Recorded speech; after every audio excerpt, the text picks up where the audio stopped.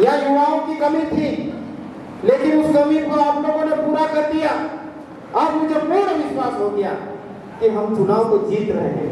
लेकिन कहीं कोई कमी नजर आ रही थी कि युवा नहीं थे, तो थोड़ा एक संशय बना हुआ था, उस संशय को आपने दूर कर दिया है। आज दिल खुश हो गया है और यहाँ तो ऊर्जा से ओतप्रोत हुए हैं युवा और जुनून और जज्बात जगे हैं।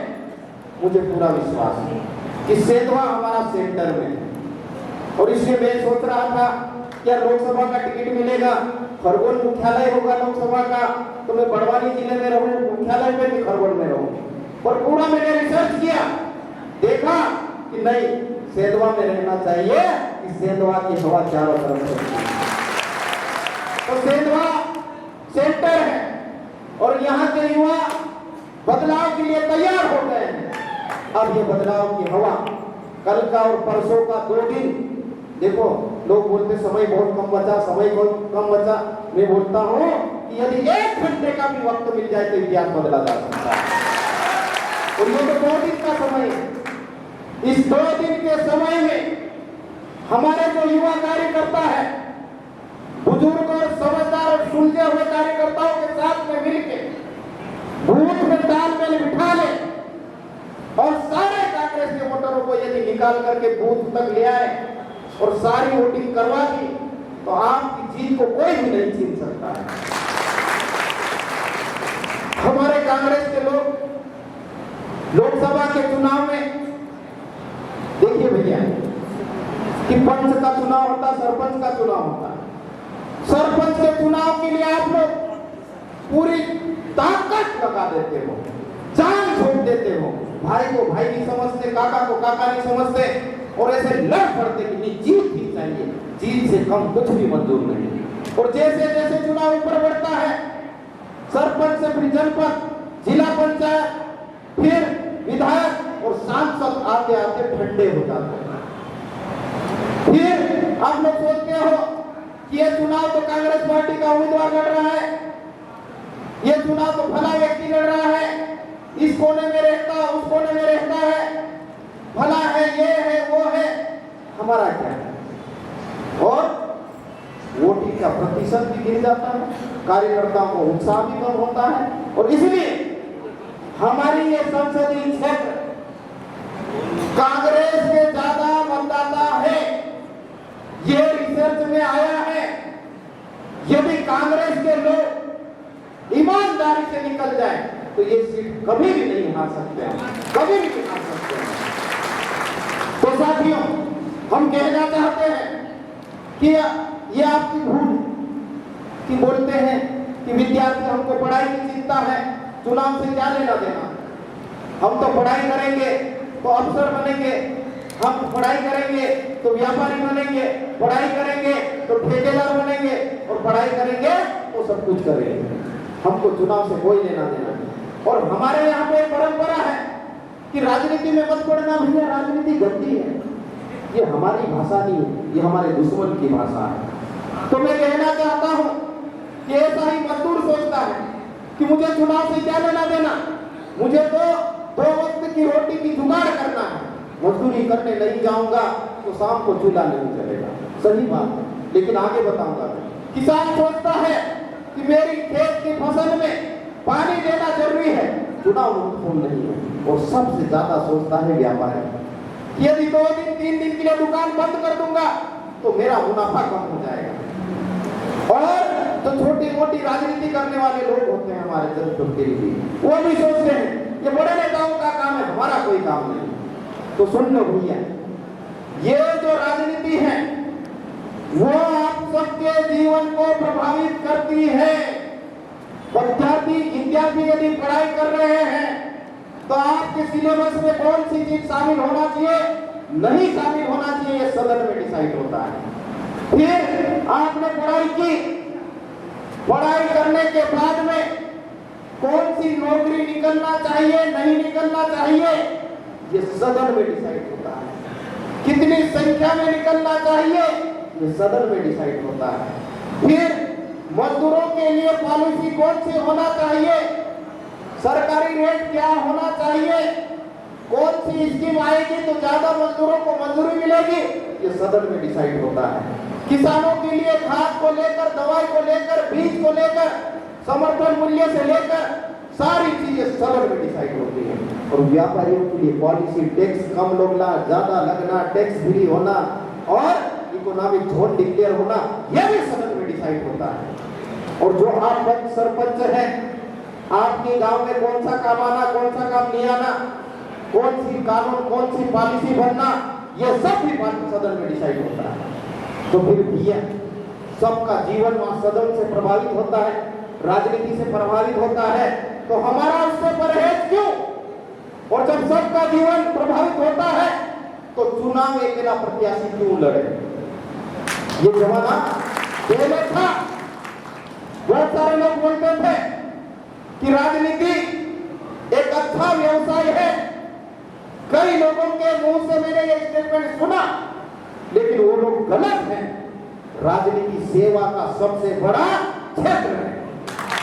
और यदि आपके अंदर जज्बा है, जुनून है, भारत भूमि की सेवा करना चाहते हैं, भारत देश की रक्षा करना चाहते हैं और भारत देश के जन जन के विषय में आप काम करना चाहते हैं, तो आपके लिए सदन के अलावा कोई भी रास्ता नहीं है। रोड पे आप कितने भी जिंदाबाद मुर्दाबाद कर लो, आपकी बात को उतना सुनने वाला कोई नहीं है, पकड़ के जेल में डाल दिया जाएगा। लेकिन यदि लोकतंत्र की पवित्र प्रक्रिया में आप यदि चुन के आ जाते हैं तो आपकी एक एक बात का महत्व होता है। चाहे सदन के बाहर बोलो या सदन के अंदर बोलो, आपका एक एक वर्ड बहुत कीमती हो जाता है। तो जब इसका इतना महत्व है तो इसमें हम सब की भागीदारी होना चाहिए या नहीं होना चाहिए? बताइए। होना चाहिए। तो भैया कोई बात नहीं, मैंने बोला कि 1 घंटा भी बचा है तब भी इतिहास बदला जा सकता है, इतिहास बनाया जा सकता है। लेकिन आपके पास में आज की रात है, कल का दिन है, कल की रात है, परसों का दिन है, मतलब बहुत ज्यादा समय है। इस समय में आप लोग विद्यार्थी भाइयों से मेरा निवेदन है कि आप लोग कोई भी कॉम्पिटिटिव एग्जाम की तैयारी कर रहे हो, कोई सी भी परीक्षा दे रहे हो, यदि उस दिन पेपर नहीं है तो आप लोग पूरे साथ तैयारी के साथ में इस चुनाव में आइए। मजदूरों से मेरा कहना है कि आप कहीं पे भी मजदूरी कर रहे हो, कितने भी पैसे मिल रहे हो, लेकिन आप इस चुनाव में निकल के बाहर आइए। किसानों से मेरा कहना है, सारी खेती अभी हमारी खाली हो चुकी है, कहीं कहीं पे भी फसल है बस, तो आप लोग भी घर से निकलिए। और व्यापारी भाइयों से मेरा हाथ जोड़ के विनती, सबसे ज्यादा विनती मेरी व्यापारी भाइयों से कि सबसे ज्यादा मुनाफा और सबसे ज्यादा फायदे में इस राजनीति में आप ही लोग रहते हैं, तो आप लोग भी ईमानदारी के साथ में निकलिए 2 दिन के लिए। और यदि इतना आपने कर लिया, और छोटे मोटे जो पंच, सरपंच, जनपद, जिला पंचायत जितने लोग हैं वो भी ईमानदारी से निकलिए। यदि इतना काम हमने कर लिया तो कोई मजाल नहीं कि कांग्रेस पार्टी को यहां से हरा दे। ऐतिहासिक वोटों से। तो भाइयों क्यों निकलना है? इसलिए निकलना है कि ये देश खतरे में, ये संविधान खतरे में, ये लोकतंत्र खतरे में। आप खुल्लम लोकतंत्र की हत्या कर रहे हैं। आप इंदौर के जो सीट है उसके उम्मीदवार को अगवा करते हो, धमकाते हो, 17 साल पहले का केस निकालते हो और उसका फॉर्म विड्रॉ करवा लेते हो। सूरत में यही हाल है, खजुरा में यही हाल है। तो लोकतंत्र की हत्या कर रहे हैं। और वोट का वैल्यू लोकतंत्र में, संवैधानिक प्रक्रिया में, गरीब हो, अमीर हो, महिला हो, पुरुष हो, हिंदू हो, मुस्लिम हो, सिख हो, जैन हो, बौद्ध हो, पारसी हो, किसी भी पंथ, जाति, धर्म के मानने वाले हो, सबका वोट का वैल्यू एक ही है। तो वोट की वैल्यू को पहचानना हमको और अपने वोट की वैल्यू को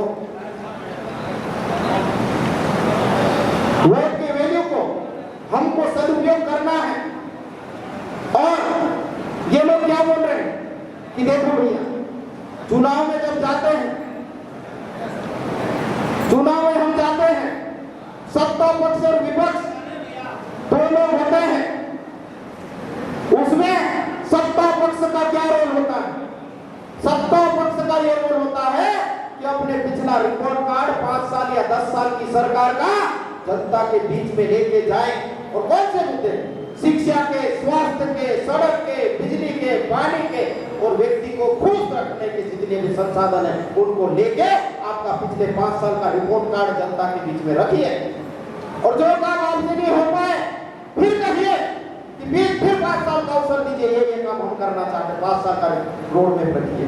विपक्ष का जो रोल होता है वो यह होता है कि ये सरकार 5 साल में जो काम नहीं कर पाई जनता के बीच में जाके उन चीजों को हम जनता के सामने रखें और आने वाले 5 साल में यदि हमको अवसर देंगे तो 5 साल में हम ये रोड मैप के तहत काम करेंगे। शिक्षा को, स्वास्थ्य को, मजदूर के, किसान को, शिक्षा को, स्वास्थ्य को, सड़क को, बिजली को, पानी को, मजदूर को, किसान को, व्यापारी को, आम जनता के ये मुद्दे हैं और इसके 5 साल का हमारा ये रोड मैप।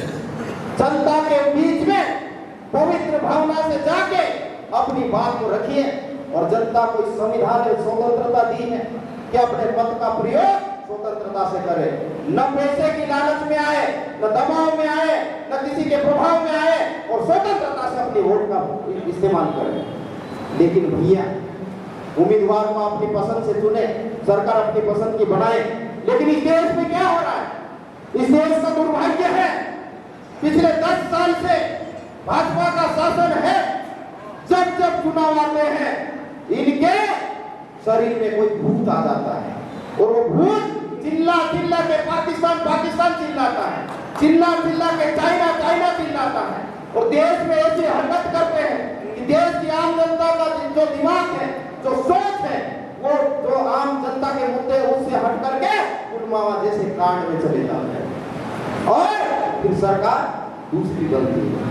तो अभी जो हालात है भाजपा के घोषणा पत्र को उठा करके यूथ साथी पढ़े लिखे निकाल के पढ़ना चाहिए, ज्यादा वक्त नहीं है लेकिन सिर्फ हाईलाइट देखना और ये मोदी जैसे नेताओं के भाषणों को भी सुनना।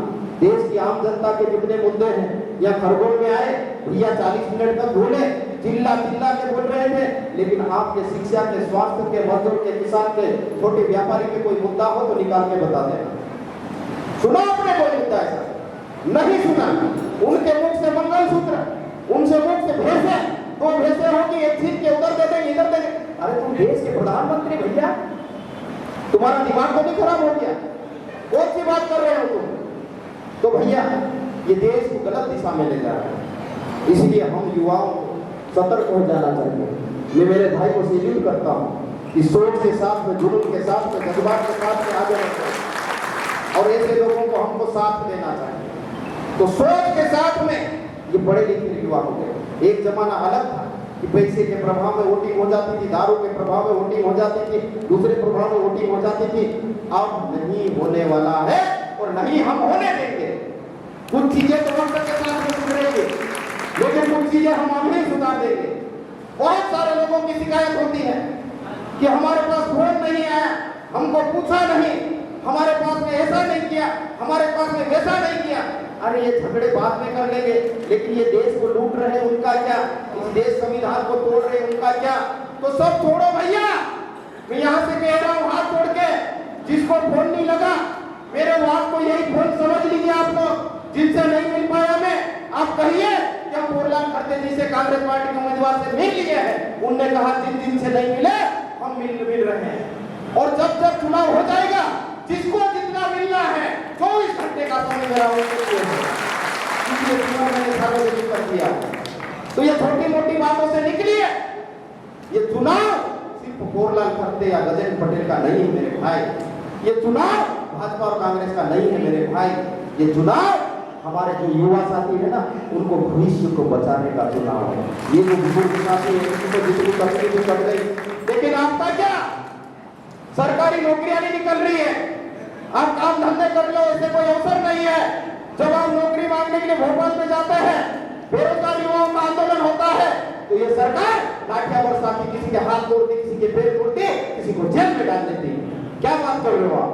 फिर ये किसान न्याय मांगने के लिए दिल्ली में जाते हैं, 3 काले कानून का विरोध करते हैं, तो रास्ते में कीले डालते हैं और उनका मन नहीं भरता कि लोकतंत्र में अपने अधिकार के लिए लड़ने के लिए सबको स्वतंत्रता का अधिकार है भैया। सब लोग अपने अपने तरीके से प्रोटेस्ट कर सकते हैं, लेकिन ये भाजपा की सरकार ने, मोदी के भाड़े के टट्टू ने, उन लोगों ने गोलियां बरसाई और देश के 700 से ज्यादा ईमानदार किसानों की हत्या कर डाली। ये क्या किसान के हितैषी बनेंगे?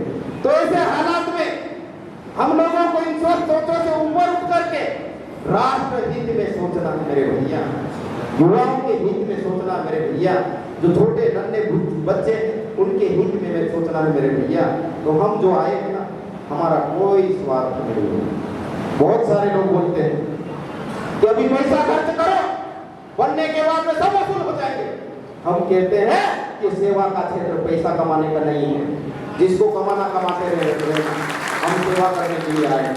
इसलिए यदि आपके मान सम्मान में जो शब्द मैंने यूज किया कहीं कोई कमी पेशी रह जाए तो बुरा मत मानना भैया, क्योंकि ये किसान गरीब का बेटा है, सब कुछ समाज के नाम पे लुटाया है। और ये जो आंदोलन खड़ा हुआ है पूरे प्रदेश के देश में, उसमें मेरी और मेरी टीम की बहुत बड़ी भूमिका है। मैंने बहुत बड़ा न्याय किया है, बहुत बड़ा त्याग किया है। मेरे परिवार का योगदान है, मेरे बीवी का योगदान है, मेरे बच्चे का योगदान है, मेरे भाइयों का योगदान है भैया। तो आप इसको अदरवाइज मत लीजिएगा। मैं जो कुछ कर सकता हूँ सब कुछ करने के लिए तैयार हूँ, लेकिन किसी हालत में चुनाव जीतना, और जीतने के बाद में मैं पूरी ईमानदारी के साथ में कह रहा हूँ, हौसला में कह रहा हूँ मैं कि आपके मान सम्मान में कहीं पे भी कमी नहीं आने दूंगा। आपके मुद्दे की लड़ाई में कहीं पे भी पीछे नहीं हटूंगा। और मेरे अधिकार क्षेत्र में जो काम होंगे, मेरे पास में भेद की राजनीति नहीं है। मेरा एक परिवार है संसदीय क्षेत्र, और ये देश जो है, इस देश का एक एक नागरिक, एक एक व्यक्ति मेरे भाई है, मेरे बहन है, मेरे बड़े लोग हैं। मेरा भेद नहीं, किसी भी जाति, धर्म, पंथ, संप्रदाय का हो, मैं सबको समान मानता हूँ, मानवता और इंसानियत में विश्वास करता हूँ। इसलिए कभी भी संशय की भावना में मत आना कि ये जीतने के बाद में ऐसा करेगा, वैसा करेगा, उसका हो जाएगा, उसका हो जाएगा। हम किसी के नहीं होंगे, जो मानवता और इंसानियत के होंगे हम उसके होंगे। और हमारे रहते हुए किसी गलत बात का समर्थन कर दे तो कहते ना, उसी दिन में राजनीति करना छोड़ दूंगा। तो ये सच्चाई के लिए आए। तो साथियों, लंबी बात नहीं करते हैं, क्योंकि भाषण करने का वक्त नहीं है, काम करने का वक्त है। वो लोग तैयारी में जुटे हैं, लेकिन हम इन युवाओं को देख के आज खुश हो गए कि हम निकल पड़ेंगे। और इतने युवा निकल पड़े ना, तो क्या बात है भैया, कोई भी चीज हम हासिल करने से रुक नहीं सकते। तो साथियों, 2 दिन का वक्त, आपका बूथ, कोई हवाबाजी नहीं, अपना अपना बूथ पकड़िए, मतदाता लिस्ट पकड़िए, कौन हमारा है, कौन पराया, पहचानिए। और भाजपा वालों से भाजपा ही परेशान है, भाजपा के नेता से हमारे कार्यकर्ता परेशान है, उनसे सबसे पहले मिलिए, उनको अपनी बात समझाइए, आपकी कांग्रेस पार्टी के वचन पत्र के बारे में समझाइए, न्याय पत्र के बारे में समझाइए, आपके उम्मीदवार की बात को बोलिए। ईमानदारी से कह रहा हूँ, भाजपा वाला भी वोट कांग्रेस को आपकी बात करने वाला है। बहुत लंबी बात हो गई, माहौल थोड़ा सा भावुक भी हुआ, तो मैं आप लोगों को आखिरी में 2 पंक्ति सुना के अपनी बात को खत्म करूंगा। राजपुर में बात कर रहा था, माननीय राजा साहब का आज कार्यक्रम था। राजा साहब, बालावचन जी, हमारे प्रभारी, सब लोग आपके उम्मीदवार से खुश होके गए हैं, कहीं कोई किसी को शिकायत नहीं, अपनी तैयारी से सब खुश है। छोटी मोटी चीजें घर की हम निपट लेंगे, कोई बात नहीं। तो मेरी जो बात है, मेरी जो भावना है, जो गीत है, उसके माध्यम से मैं आप लोगों को बात सामने प्रस्तुत कर रहा हूँ। मेरा राग अच्छा नहीं है, मैं गायक नहीं हूँ, लेकिन भावना मेरी पवित्र है, उसको समझने का प्रयास करना। मेरा मुल्क, मेरा देश, मेरा ये वतन, शांति का, उन्नति का, प्यार का चलन, इसके वास्ते निसार है मेरा मन, मेरा तन, ए वतन, ए वतन, ए वतन, जाने मन, जाने मन, जाने मन। तो भैया, ये पवित्र भावना है मेरे इस मुल्क के नाम पे, इस माटी के नाम पे। तो मैं आप लोगों को बोल के नहीं बता सकता, लेकिन जब आप अवसर देंगे तो इस देश में कुछ करके बताएंगे। ये युवा परेशान है, गरीब परेशान है, किसान परेशान है, व्यापारी परेशान है, और जो अच्छे लोग हैं इस देश में सोच वाले वो हार मान चुके हैं। तो इस युवा पे विश्वास करना, कसम से हम कुछ न कुछ इस देश में करेंगे, बड़ा बदलाव करेंगे। और क्योंकि ये सेंधवा विधानसभा मेरा घर है, तो सेंधवा विधानसभा के लोग आश्वस्त रहिए कि आपकी आन बान शान में कभी भी हम कभी नहीं आने देंगे। जो स्थिति आप लोगों को रोक रहे हैं उससे ऊपर ही लेके जाएंगे। जो डर का माहौल है उससे भी हम ऊपर निकलेंगे। साथियों, आपने मेरी बात को ध्यान से सुना और युवक कांग्रेस को मैं बहुत बहुत बधाई देता हूँ।